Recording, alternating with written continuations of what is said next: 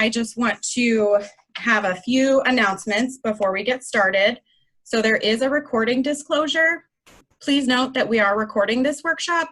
If you would rather be incognito, please turn off your camera and change your name or remove your name. We are not recording content from our breakout sessions.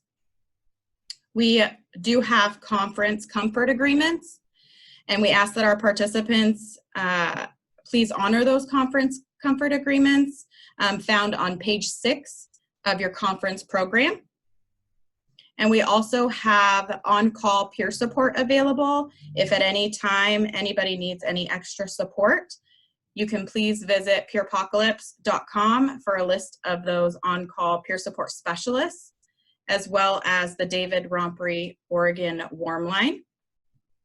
And we ask participants to keep themselves on mute. If you have questions or comments for the presenter, if you use the comment, the chat box or the question and answer box, I will actually be writing those down throughout the presentation, and we will have that time at the end of this workshop. So thank you all for being here, and I'm going to pass it over to Patty. Hey everybody. I was just telling the breakout room that I have way more anxiety about doing this over Zoom than trying to do this in person.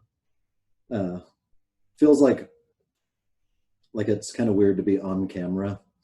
This is my first conference on Zoom. So my name's Paddy Farr. I work at Lane County Behavioral Health in Eugene, Oregon.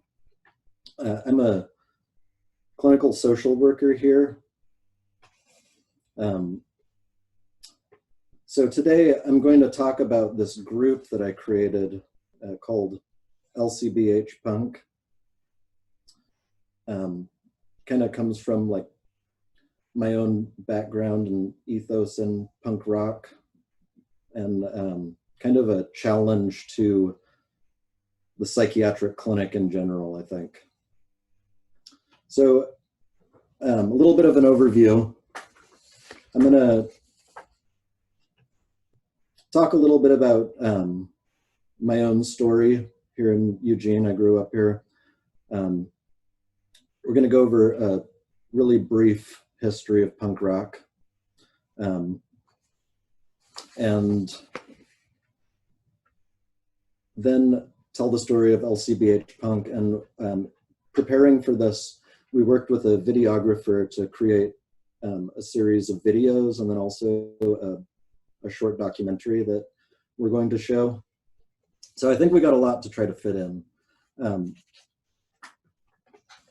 So along with me today is our videographer, Maggie Olivas, and also the singer of the group, Nicole Lane.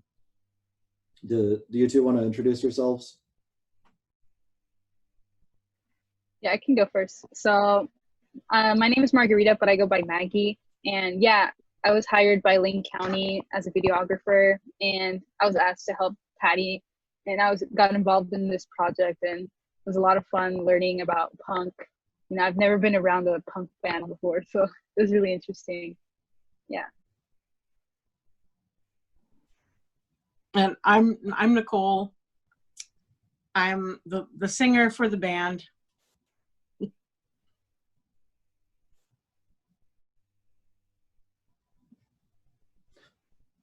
Well, you know, everybody gets into punk for different reasons. And for me, I grew up here I was born here in Eugene.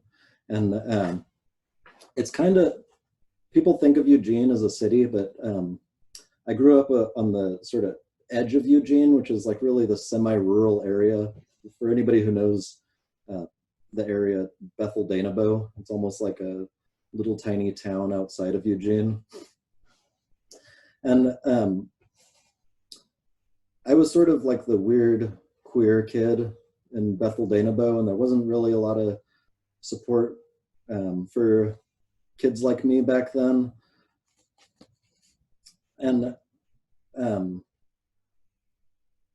ended up having, there was a lot of like bullying and like hate violence, and in my past, there's a lot of just different types of trauma that I had to deal with. And it was really like punk rock that gave me a community of support. And I was telling Emily a couple of days ago that at the same time that like punk rock gave me this support, it also kind of damned me to like repeat traumas over and over. So I'm 38 years old, and it's weird, you know, being like a clinical social worker and then still having friends like every 6 months or a year like die of a heroin overdose, or like get murdered, or commit suicide. And it's it makes me feel like really alienated a lot of times from a lot of my colleagues. Sometimes it's hard to fit in. When I found punk rock, I was about 12 years old. It's like the mid-90s. And in Eugene and Oregon, there's a pretty strong punk scene. The same year that I got into punk, there was a big event here called Resist and Exist that it turned into a sort of notorious gathering of a couple thousand punks from around the country came and descended on Eugene and sort of made this giant occupation of initially a park and then underneath a bridge. And there was a number of like pretty big bands that came and played. I think like Naked Aggression was there, and Dystopia, for, I don't know if anybody knows those bands, but and during Resist and Exist, I ended up meeting a whole lot of people. I was like really alone before, and just met all of these people my age. I ended up joining this punk band in Eugene with these guys who were 15 years older than me, the Wrist Rockets, and we ended up playing a lot of bars. And by the time I was 15, I was just like playing in bars all the time, and just getting mixed up with stuff that like I probably shouldn't have been at 15. And the same time when I was 15, Oregon at the time, I guess, had the highest rate of teen pregnancy. And like every young woman I knew was pregnant. I ended up helping to raise a young woman who's 22 now. Let's see. So going through all of this, 20 years later, 25 years later, I ended up working at this like psychiatric clinic. I went back to school in my 30s and like got ready to do this, started doing it, and it turns out that a lot of punks end up also being clients at psychiatric clinics. So I come here, grew up here, and I find myself in this position where I'm working with all of these people who I grew up with. And I have to try to figure out how to do this work at the same time that I have to, like, you know, manage these lifelong relationships. And when I first started, I met a couple of people who I remember playing music with a long time ago, and we came up with this idea together to start LCBH Punk. And I'll leave it there for a second, and I hope that maybe like Nicole will talk a little about her own story, how she got involved in all of this.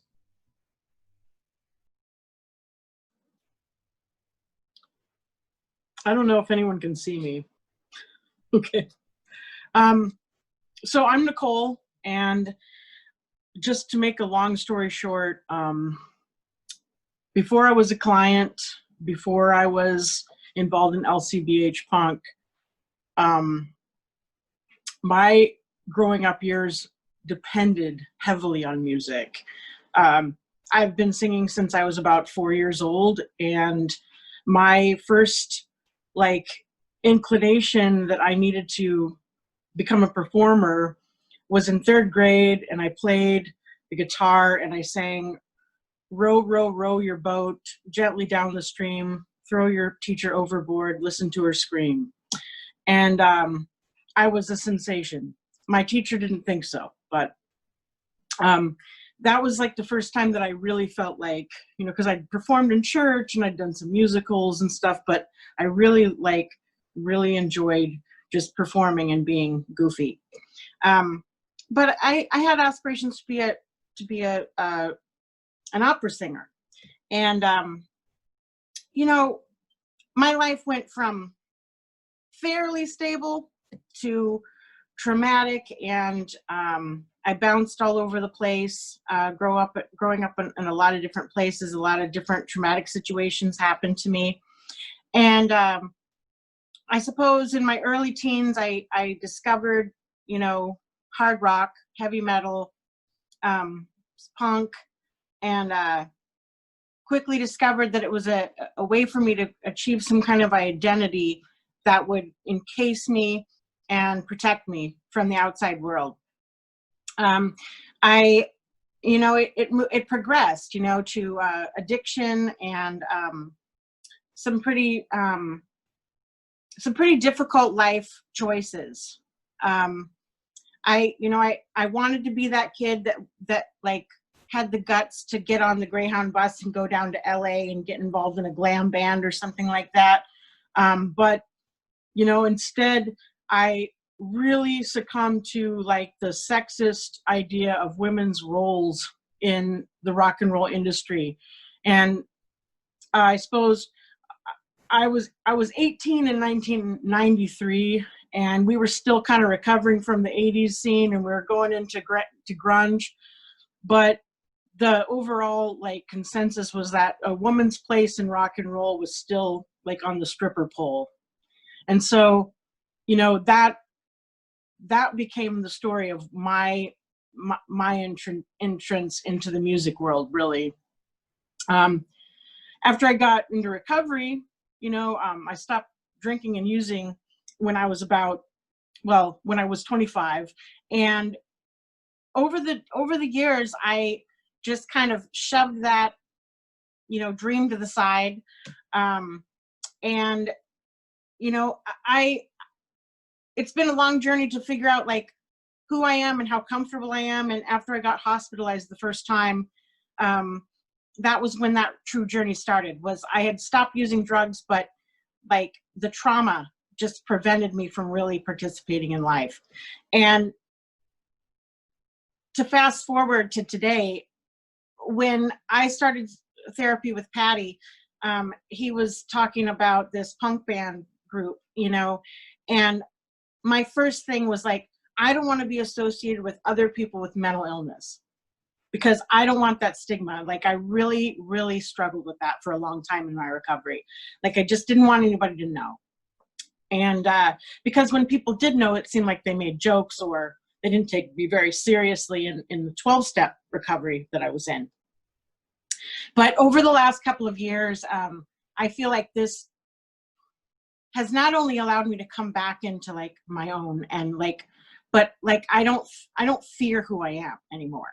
And it's woken me up to the fact that like my best is when I'm with other peers and I'm like participating with other peers, because I see the struggle that other people are dealing with. You know, I don't feel so alone, like, and I don't feel like I'm better than, less than, or, you know, and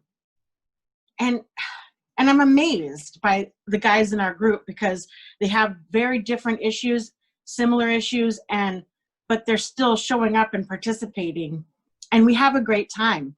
And you know, I wish they were here today, because like I really consider them to be kind of like brothers. And you know, and Paddy has really pushed me. You know, he says he's annoying, but like really it's like he pushes us to really just show up, you know, and give ourselves a break, because it's not, you know, the great thing about punk, which I've discovered is like, you know, I'm real serious, like metal singer, but like, or, you know, any other kind of music I'm real serious about. But with punk, it forces me to just do the raw emotion, just feel the emotion and allow it to kind of surge through me without a lot of judgment, you know, without bias. And it's, I've had to really reckon with, you know, like I too have friends who have died since I've been clean and sober, you know, who are in the music scene and have succumbed to their illness and, you know, and their mental illness. So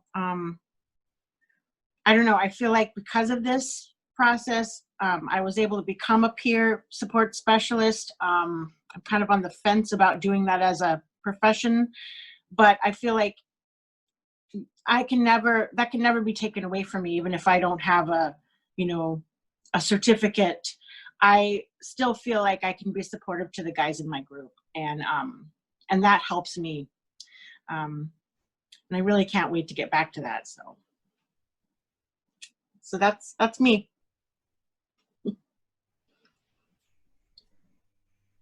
Thanks for that, Nicole.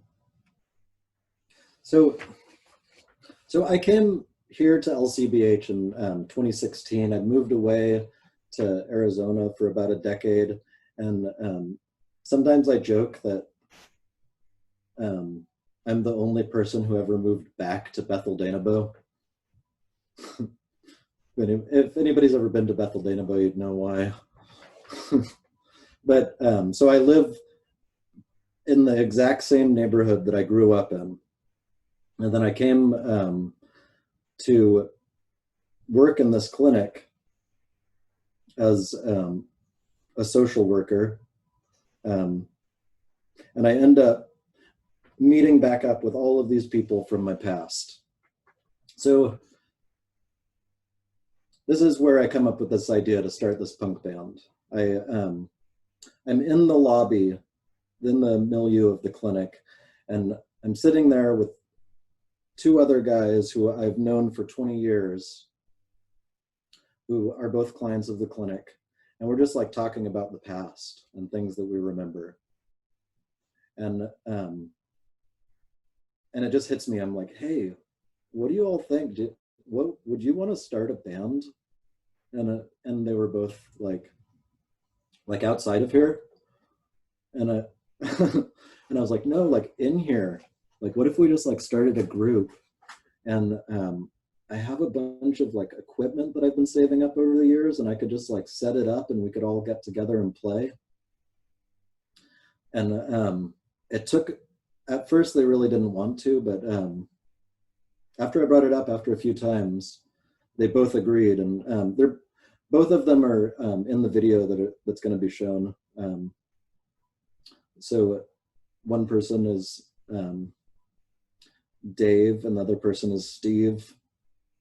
And we get together and we just start like playing Ramones songs, which I think a lot of people don't like really read the Ramones lyrics, but like almost probably about half of the Ramones songs are about like having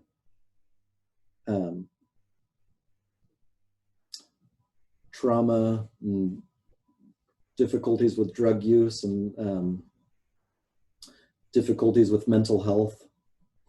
And at one point I brought up I Want to Be Sedated, and I was talking about the song I Want to Be Sedated, and one of the people who I was talking with said, yeah, who doesn't? Made me laugh. But so we start out with these early songs, and Nicole is the next person to come in, and she comes in probably 4 months into practicing, and we start trying to get a set together to actually have a show. After a year of practicing once a week, there was this point where I looked at everybody and I said, you guys, I can tell what song we're playing. And we were just basically so loud, and our equipment was is so thrashed up. But we were actually able to like make music that you could like hear that it was music and not just a wall of noise. So we started writing songs and ended up having our first show about a year in, and slowly started gaining a following here at the clinic. And we've probably had about 10 people who became like regular members for periods of time.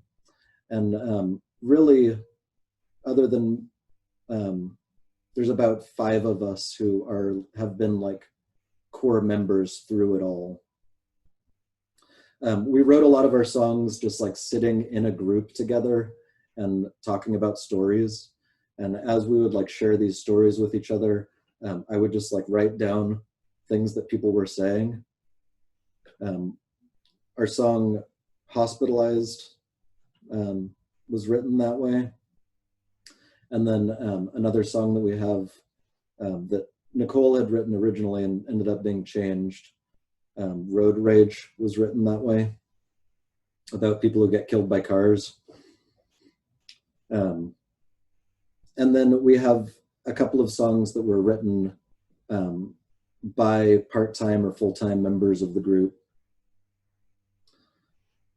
So I guess at that, looking at the clock, I'd like to have Maggie, if she's ready, to introduce this video that she's produced for us.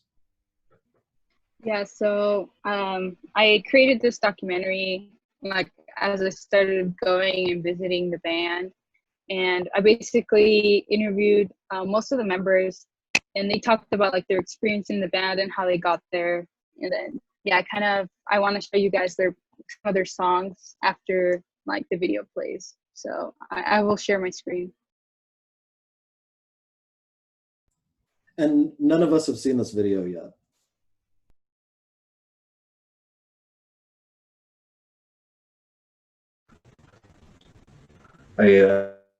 It's kind of a weird idea.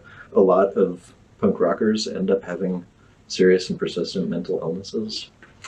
Punk rock scene is both like really good to be a part of, and it's also kind of a traumatic scene to be a part of.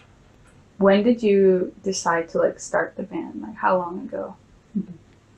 So we've been together for a little over 3 years, and I hatched the idea right after I started here. I was trying to figure out a way to like incorporate my own past experiences, like my own identity as a punk into my clinical work. And I ran into some people who I knew from the past who I used to see at shows. I used to be in a band called the Wrist Rockets. It was sort of like a notorious Eugene punk band, played a lot of bars mostly. All those years were they were really fun and they were really wild, but you know, like a lot of like really bad things happened that I would never choose to do it differently, but I also, you know, was marked by the experience. Do you feel that with those experiences encouraged you to like go into behavioral health as like a career? Yeah, I think I started in doing clinical work. Originally, I was working in a LGBTQ anti-violence project, working with survivors of domestic violence, sexual assault, discrimination, hate violence, and police brutality. And I realized while I was doing that I really needed some more clinical background, and ended up getting a master's in social work. But it was kind of a natural progression from being a punk and having all these experiences, going through like a lot of trauma, a lot of untimely deaths of friends. When you first started this band, who was the first one to join you? Yeah. So when I first started hanging out in the lobby here after I got my job, I ran into Steve, the drummer of LCBH Punk, and we started talking, and we realized that we used to play shows together, and he was in a couple of different bands that the Wrist Rockets played with. Yeah. Then I ran into Dave Bugley, the bass player. Turned out that I also had met him years ago, and he used to play music too. I didn't ever play with any of his bands, but and then next I met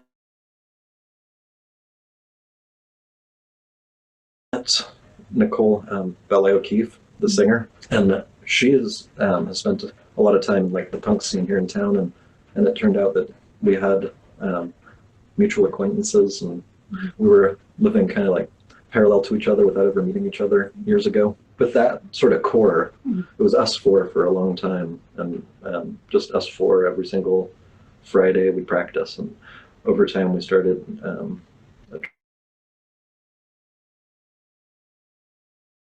attracting more and more people. In your band, do you guys like write your own songs? Yeah, we write. We have, I guess we've had 6 originals, and we have 5 originals that we regularly play. Our first original was called Animal Ken, and that was written by Nicole. It's about her former partner and friend, and also it turns out was Steve, the drummer's sponsor for some time. And it's a story of Ken and how he was an animal, but also the tragedy of his death. I see. So all of the songs have like their personal, meaning within each member. Yeah. Mm-hmm. The second song we wrote, Nicole started to write it, and then she had a hiatus from the band for a period of time, and I ended up taking the song, and I didn't know what the lyrics were, so I wrote lyrics to it, and it's about people who end up getting hit by cars and killed, which I've had a number of friends killed by cars here in town.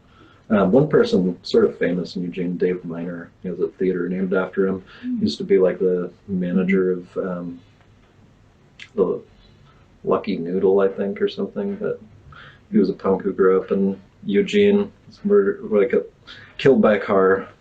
Almost said murdered, kind of the same. Killed by a car over off 13th and Willamette. Oh, I see.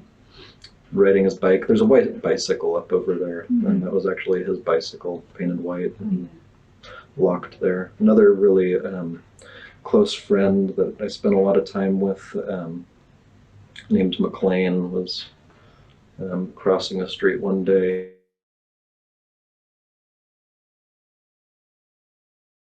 Hit and killed by a car. But the song's called Road Rage. It's about just how dangerous cars are, how scary they are, and trying to be safe around them. Yeah. Our third song was called Hospitalized, and I brought the group together, and we couldn't play music that day for some reason or other, and so we had about 6 people who were there that day, and just kind of some random people who weren't usually in the band, and I was just asking them stories about being hospitalized. Our fourth song, it's called I Don't Want to Die. It's about suicide, and here at the clinic we started using this suicide rating scale called the Columbia Suicide Severity Rating Scale. And I took the questions that a person is supposed to ask for the rating scale, and we turned it into a kind of like sludge grindcore kind of song. And then with the message that, even though maybe a lot of us have had suicidal thoughts of killing ourselves, that really we don't want to die. We want to live. The last song that we play was written by Matt Ruiz, and it's called 4-Point Restraints. It's a true story about being hospitalized and being put in 4-point restraints and then chemically restrained on top of it. It's a really tragic story that I think Matt did a really good job of writing these lyrics in a way that, like, it's a really traumatic, tragic story that he put this this humor into, which really, I think, captures the spirit of a lot of punk rock. That, you know, taking these like terrible stories that we have and being able to laugh about them. Yeah, so good. Punk rock, you know, it started with a lot of just like really raw emotion, and with these stories that about suffering and about sex work, about drugs, about mental health, psychosis, trauma, and it took these real experiences and put them to music in this way that that although maybe wasn't like explicitly political, like with the Ramones. You know, a lot of people think the Ramones are just like this fun band, but you read the lyrics to the Ramones songs. The Ramones songs they're pretty raw. I think of like 53rd and 3rd lyrics. 53rd and 3rd, standing on the street. 53rd and 3rd, I'm the one you'll never meet. 53rd and 3rd, trying to turn a trick. 53rd and 3rd, don't it make you feel sick? And you know, it's about doing sex work, trying to make money to be able to go and score. It's a funny thing, like the punk band here at LCBH, it sort of has attracted this little following of people. But a lot of people who never even were really into punk, but who, you know, they hear the raw power, and they hear the screaming vocals and the loud electric guitar and the drums, and it speaks to them.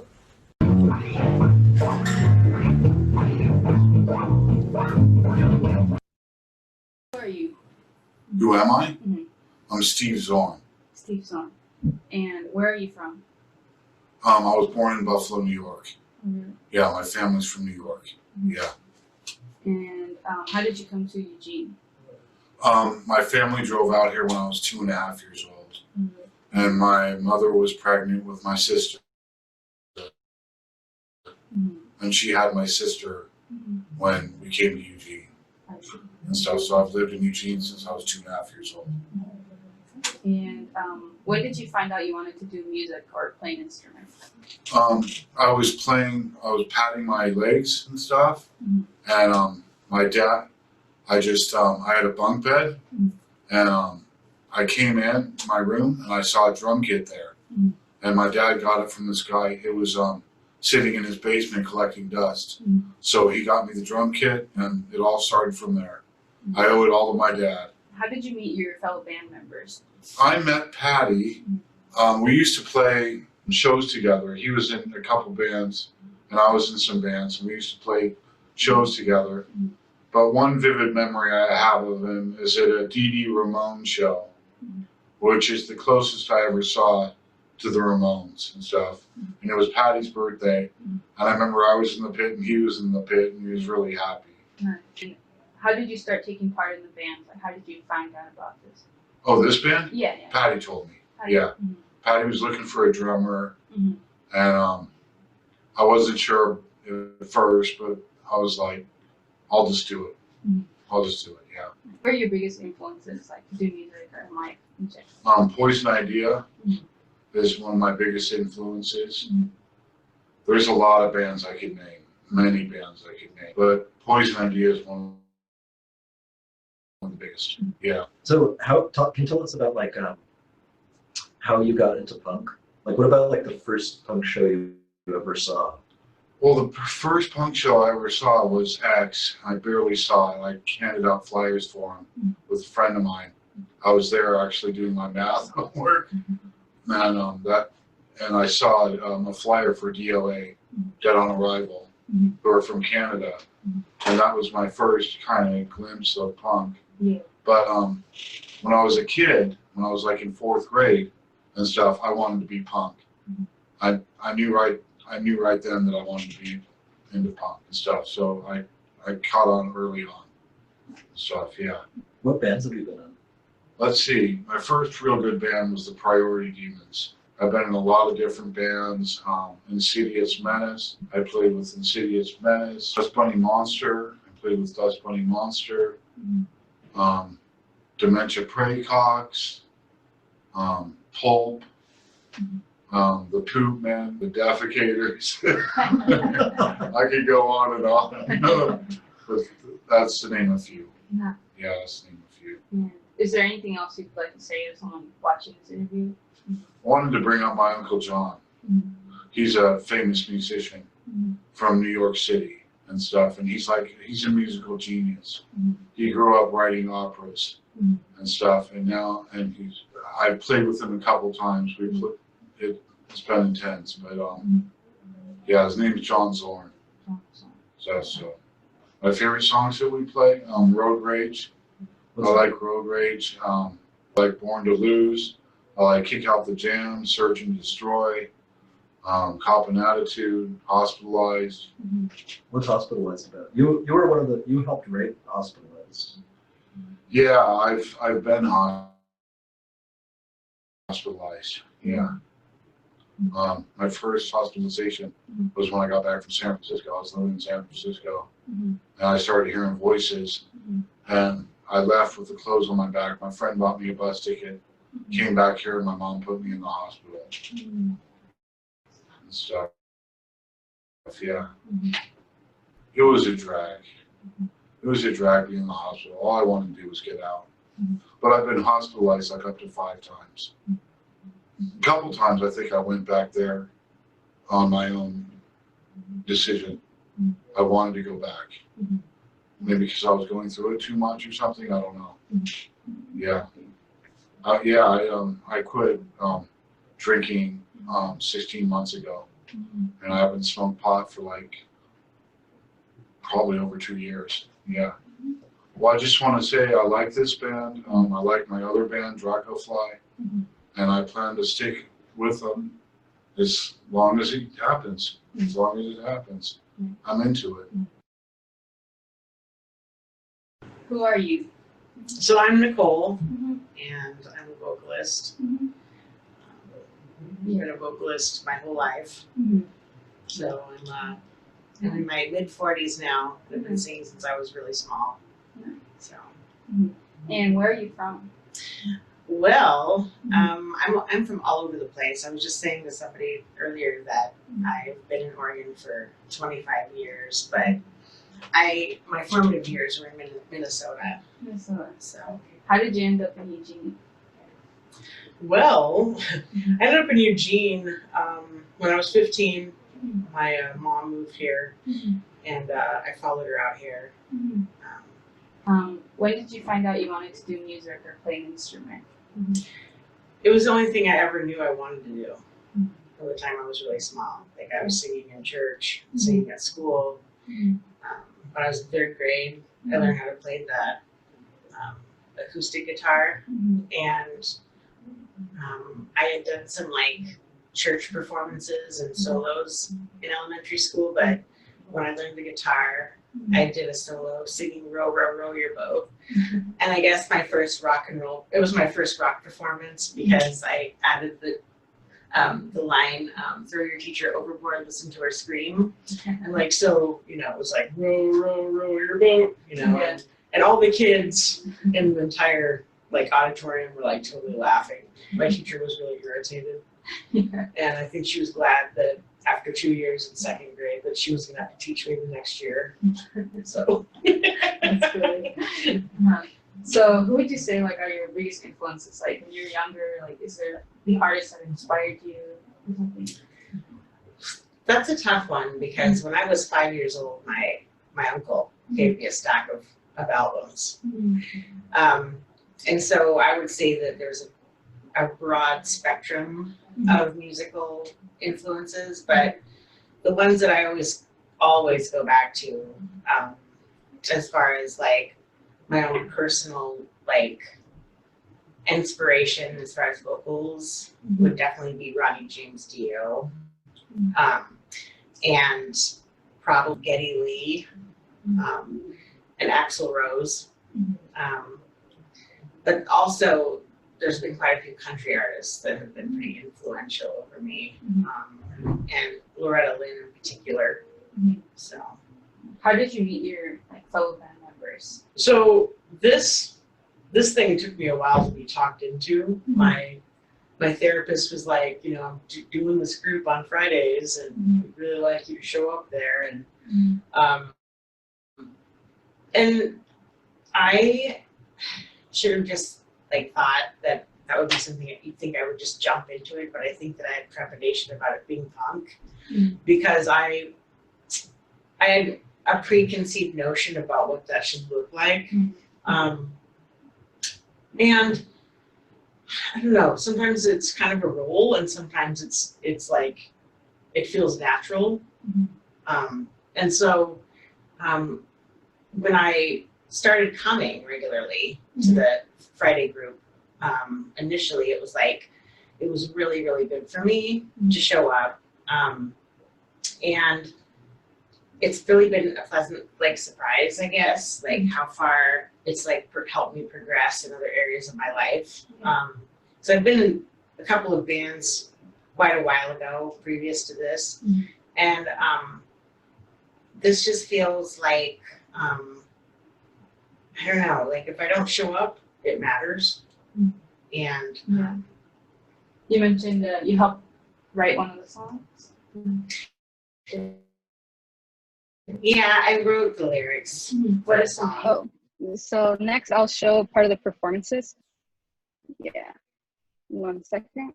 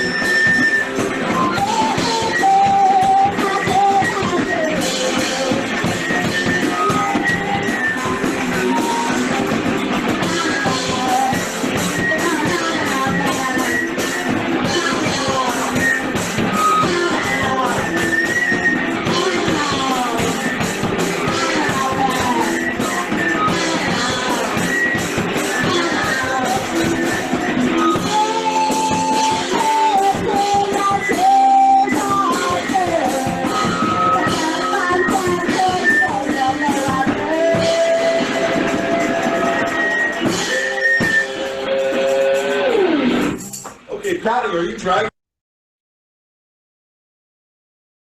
So that was a combination of like self-produced songs and like a cover for like Search and Destroy. Mm-hmm. I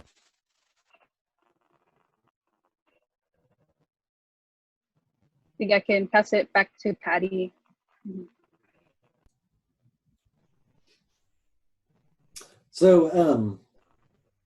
So part of our hope with like presenting this today was that other people might start to do this more often.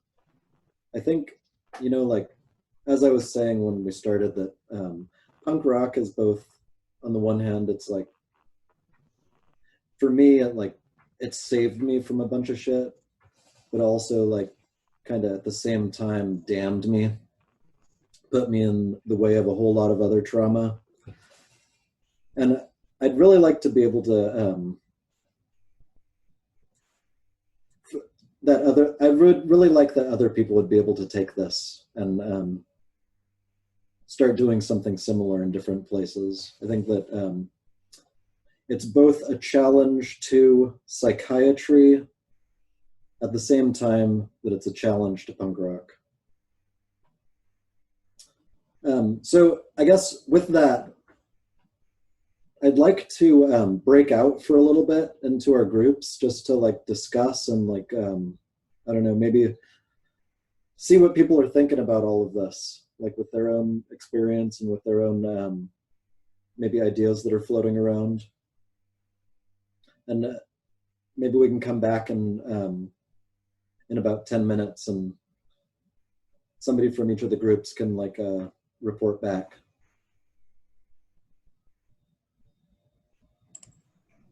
All right, I will work on doing that right now. Thank you, Emily. Mm-hmm.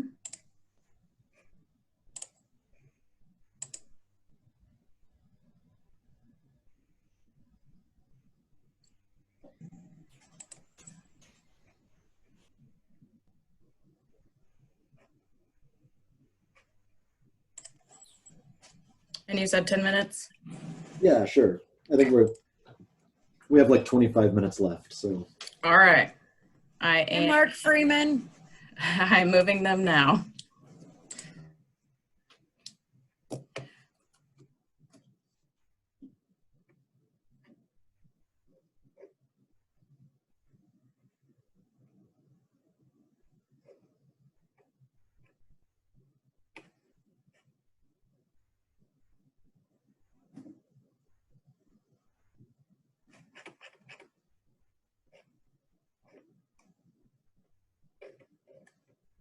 Maggie, are you in a room?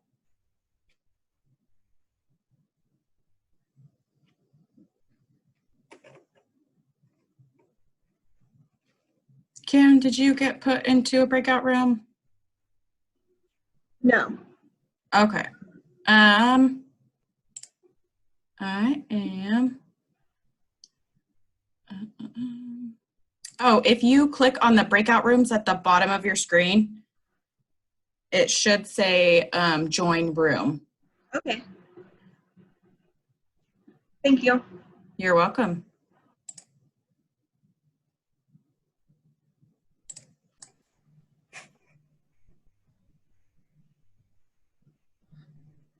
I'm Heidi. I'm from St. Helens, Oregon.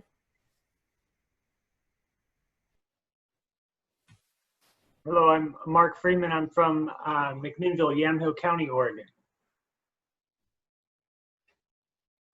Hi, I'm Andrea, and I'm from Sudbury, Ontario, Canada.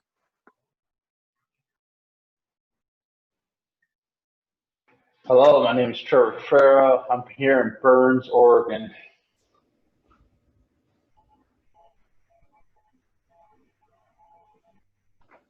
I'm Kim LaPlante. I'm from St. Helens, Oregon.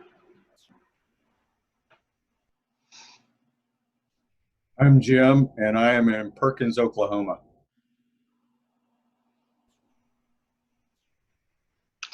I'm Casey, and I'm in Oklahoma City.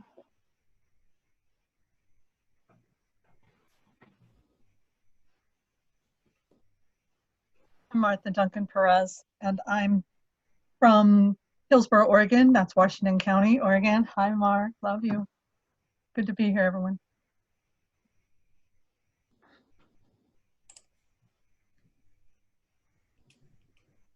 So Dominique was talking about like some stuff going on with music at the clinic, but I wonder what other people are, what their experiences are with clinics and music, and particularly like how can we do this with punk rock? How could we like challenge psychiatry at the same time as, I don't know, be real with each other? I think this is just, awesome. And personally, I'd like to write a song about how hard it is to receive services in our county, that like someone has to show up 3 days in a row. And if they're not seen in those 3 days, then they'll have an emergency appointment made for them. So, if you look at the engagement and dropout rates of mental health treatment, half of the people seeking treatment initially won't come back after their first assessment. And it could do with stigma labels, it could be with medication, it could be with, denial. It could have, a lot of elements could affect that, but having, a system that works, for me to say it's broken would to refer or infer that it worked. And I just think that it's, room for improvement, So I think punk rock music and music in general, of being able to have a voice and to be able to share someone's experience is just awesome and very therapeutic. And finding community with others, and I think we should be doing more of this, and it would attract. Getting to download the new Willie Nelson was good, because that the memories can be kept in a song, it's like there's a soundtrack of our lives, right? And so some things are hard to listen to because it brings up stuff, but it's also cleansing. And then there's stuff that just makes you feel like you're a kid again. So it's just, it's truly been a survival thing to have music. And I fully agree with you. And the pandemic has brought up some stuff for sure. Yeah, I can relate to that. And depending on the mood, the song can either be, a good memory, or if it's not that great of a day, it's like, dang. So yeah, I can relate to that. Yeah. Hi, Emily.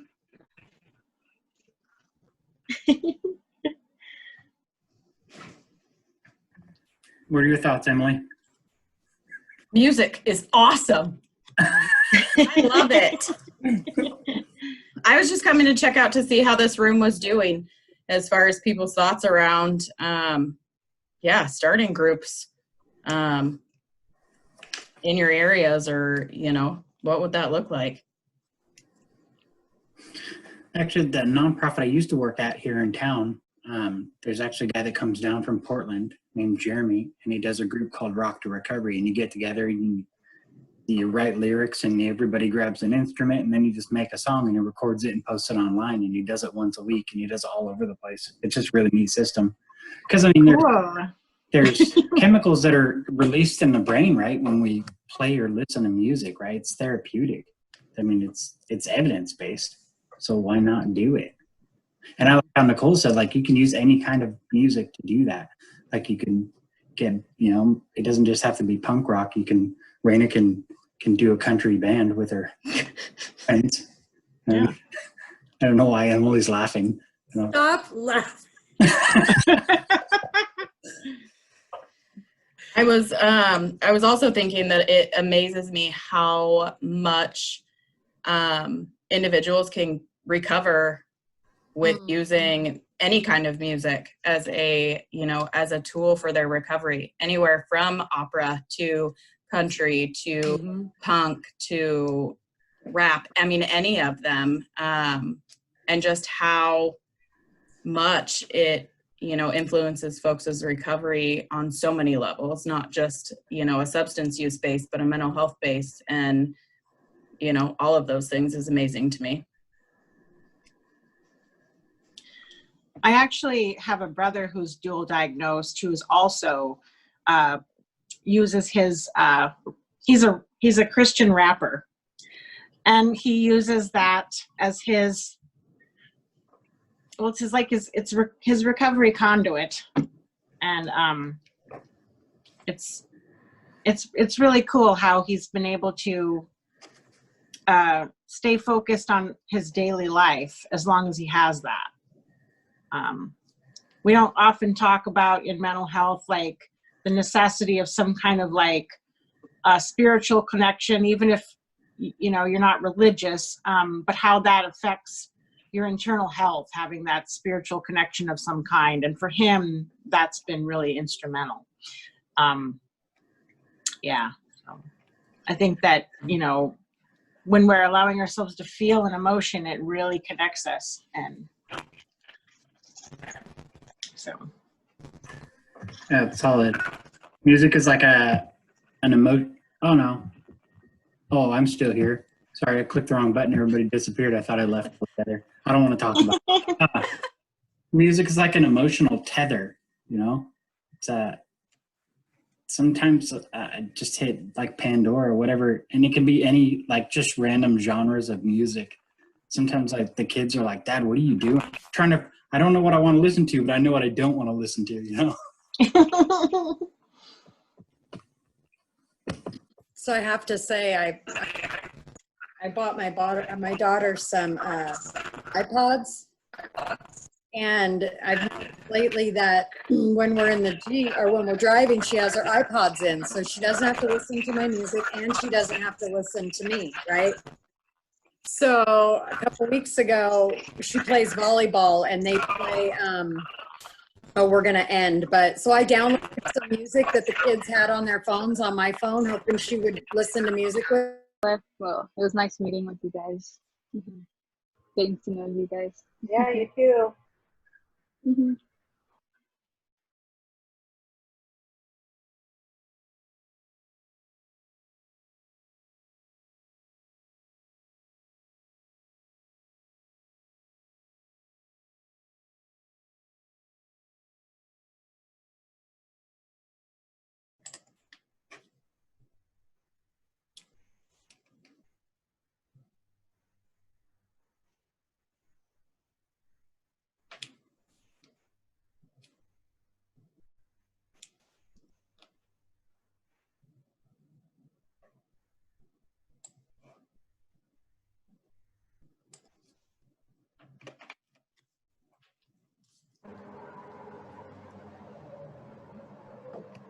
Hi, Tracy.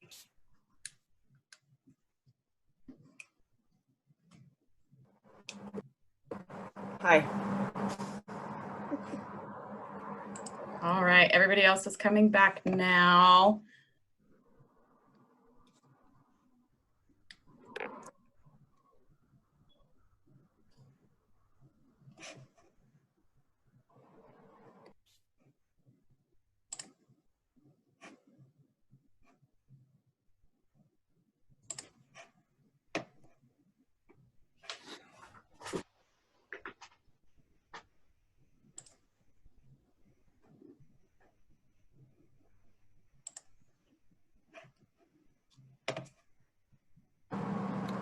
I appreciate you, Emily.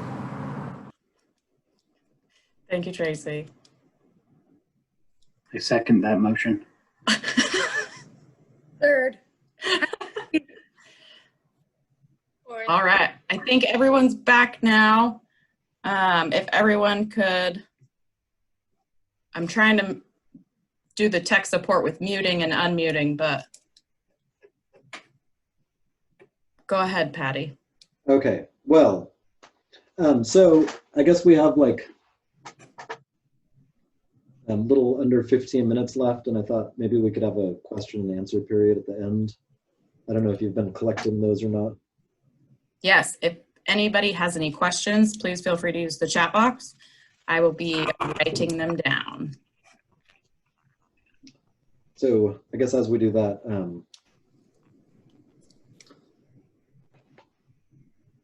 so something I was talking in our group about at the very end was that I think that, so I have like some political commitments that are tied in with punk rock, that including like anti-psychiatry, and that I think punk rock poses a major challenge to psychiatry in general. A lot of the songs, like by the Ramones, were about trauma experienced in psychiatry. And part of my passion about this project is that it's sort of like a bomb set to go off in the psychiatric clinic that hopefully can infect some of your other clinics with a punk rock virus. But I guess some of the questions are coming in. Is that right? Yes. So this actually kind of combines two questions. So if people are interested, can they just be a part of the group even without experience, is one part of the question. And do they have to be in services at LCBH to be in the band? So yes, people have to be in services in order to be in the band. And it's sort of like it's a barrier that is like, can be difficult. There's like a lot of, like HIPAA stuff involved. In order to make this video, we had to go through like our HIPAA compliance officer and write all of these, like get everybody to agree to be seen on video. And then the second part, can anybody be in the band? So people have varying degrees of musical ability in the band. And so some people, we had one guy for a while who is no longer around. And his part was, between every single song, he would shout out, "And she's building a stairway to heaven." And we loved him and really miss him. And I think he's doing well. But he actually didn't play any songs. He just shouted this line from Stairway to Heaven in between all of our songs. And then we have other people who, one person who is our tambourine player, who was in the video, and she just plays the tambourine. Our lead guitarist, when we started, I was trying to get him to be a rhythm guitarist, and it was just like, it was way too hard to do rhythm. And I was like, oh no, so I don't know if this is gonna work. And he said, well, I can do this. And then he's just started like shredding on guitar. And I was like, oh, well, that's what you're gonna do then for every song. And a lot of it is, we have Steve, who was in the video. He's like a really solid drummer. And the bass player who it showed, David, is pretty good at bass, and me on guitar. And if we can like hold it all together, like hold the rhythm section together, then like we can bring in all kinds of other people to do whatever else.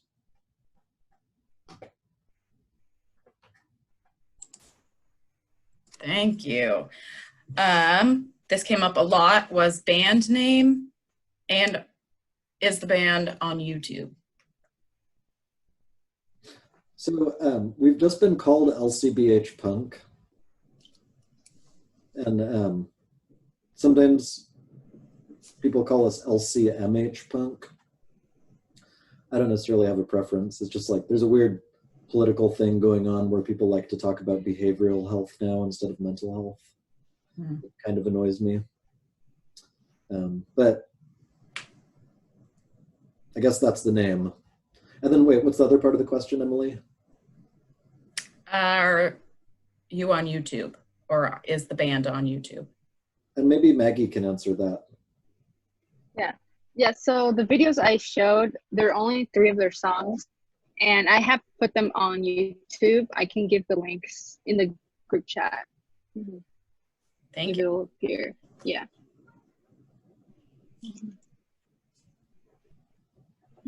Yeah, and then, yeah, I can unprivate them. So right now, if you were to Google, like, search them on YouTube, they wouldn't appear. You have to use this link, but I can make them public. So if you just look up, like, Animal Pen, LCBH Punk, yeah, it will pop up. Okay. Comments about lyrics would be awesome, and asking if they were listed anywhere. And it would also be cool to have them within the video to be able to create that deeper connection. So it's not really a question, but a comment. Yeah, agreed. I think that would be cool. Part of it is, I think like a lot of our songs are just kind of like out of our head, and we, I think the lyrics change a lot. So then if we actually had to write the song lyrics down, then we'd have to like be nailed down to what the lyrics actually are. Gotcha. But maybe Nicole too could say something about this, since she does a lot of the singing, most of it. Well, sometimes, you know, the songs just kind of take on their own life. And sometimes I, as an emotional human being, don't want to sing a certain song. And so I get pretty frustrated because my moods don't always meet up with, you know. But we also had hoped that we were going to be performing live at Pure Apocalypse.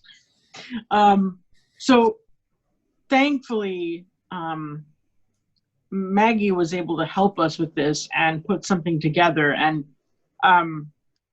I think that, I don't know how to explain it. Like, some people might have been offended by some of the lyrics. I don't know. I mean, it's not for me to decide for somebody else, like, what they're going to be offended by, but there was always that feeling in the back of my head that we need to be sensitive to what might trigger people. So I was honestly a little bit concerned about that part, but I don't know. I think that would be really cool to actually, you know, maybe provide some lyrics. So, but yeah.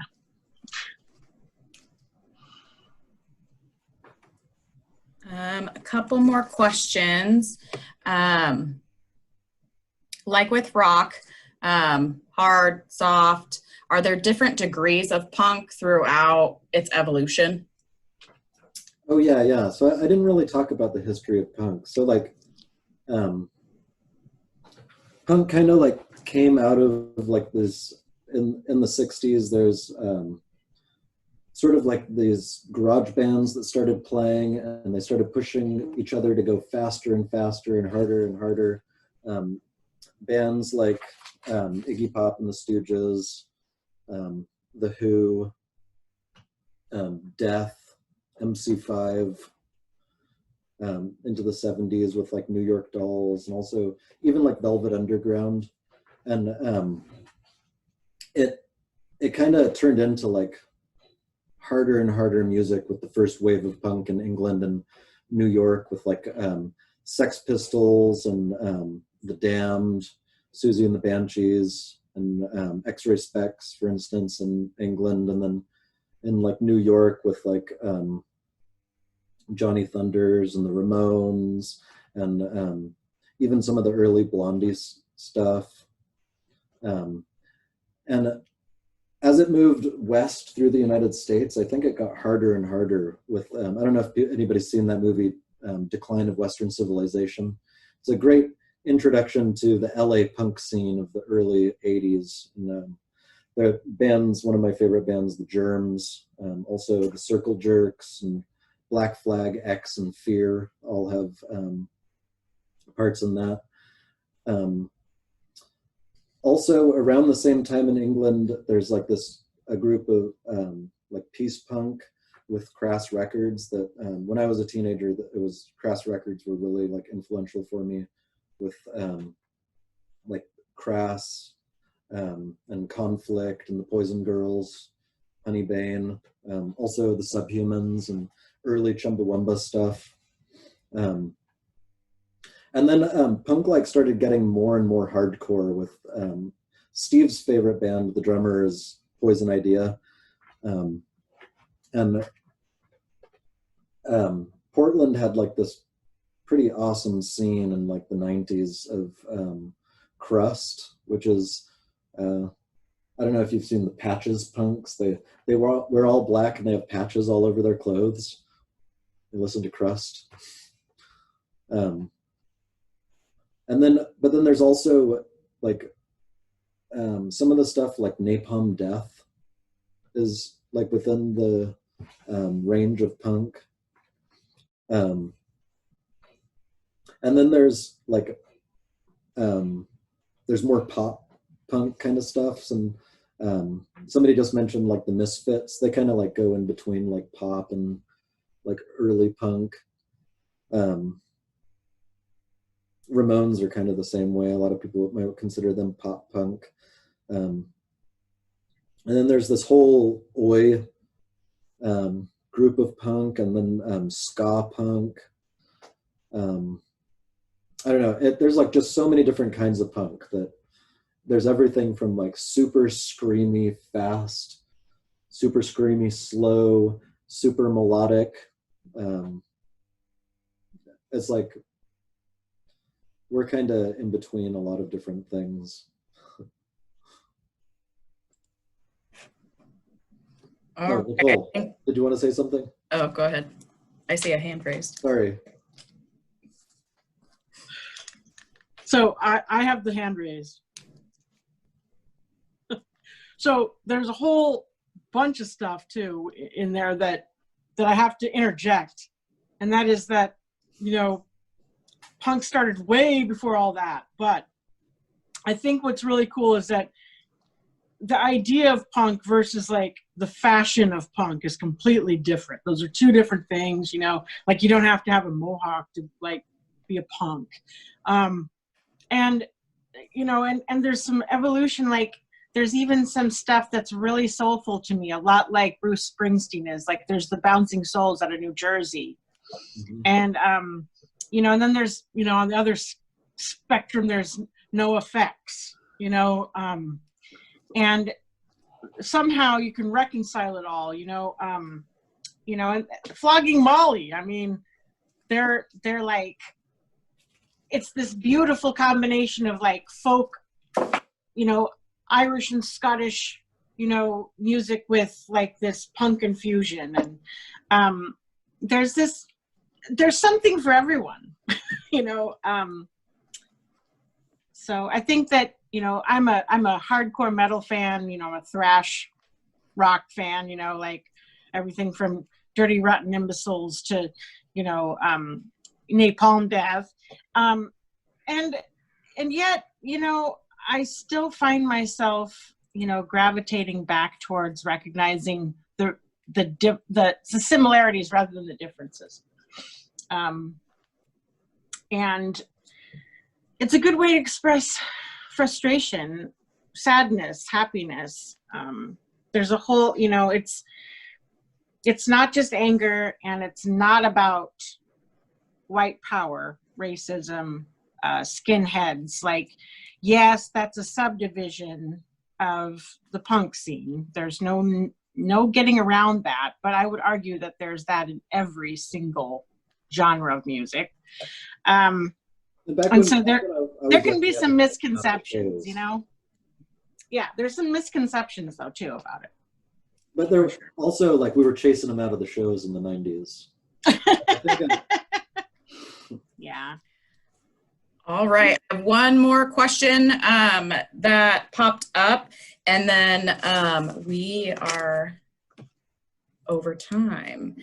Looking into, are you all looking into other avenues in recovery and the arts at LCBH, or are you and the band pioneers for this direction? So there's a art therapy group that meets, and there was somebody who was trying to do like a hand drumming group or something like that, and but so we're not the only ones who are doing like expressive kind of therapy. But yeah, we're the only ones doing punk rock therapy. Hopefully more people will start their own after attending this workshop. Yeah. Yeah. Hope so. Well, thank you all so much for coming today, and I want to be attend to the time, and it is 2:02. So Thank you, you guys. Thanks, Patty. yeah, thank you. Thank you, Maggie. everyone. Thank you, Nicole. Yeah, of course. And thanks, Emily. Thanks, Emily. Thank you, Patty. Thank you, Emily. Thank you, Nicole. Take